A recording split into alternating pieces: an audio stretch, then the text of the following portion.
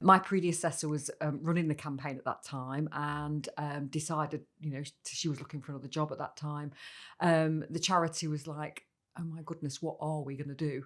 And I was friends with the founder of the charity, and she's Marie, can you step in and sort the charity out and help with this campaign? Because it's exploded in our faces, really. We never expected it to be like this.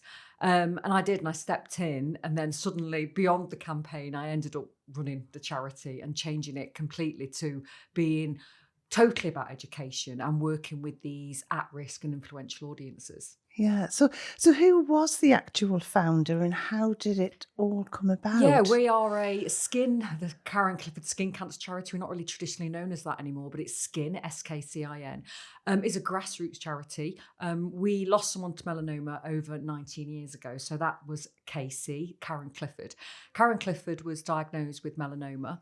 And the grassroots backstory to this is that skin cancer, that melanoma, was detected by her daughter that was a beauty therapist. So she was Right. giving her mum a treatment, and during the treatment, what's this? This looks a bit suspicious, looks a bit odd. Have you looked at this before, Mum? Can is it how long's you had it? Anyway, from there, she was referred to a dermatologist. She heeded her daughter's advice, and the dermatologist referred to, getting the biopsy conducted.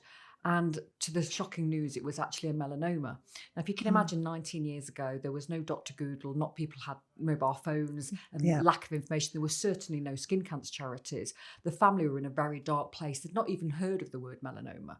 Anyway, she had the melanoma removed by surgery, a full groin dissection. And again, 19 years ago, it was, oh, just go home and watch and wait.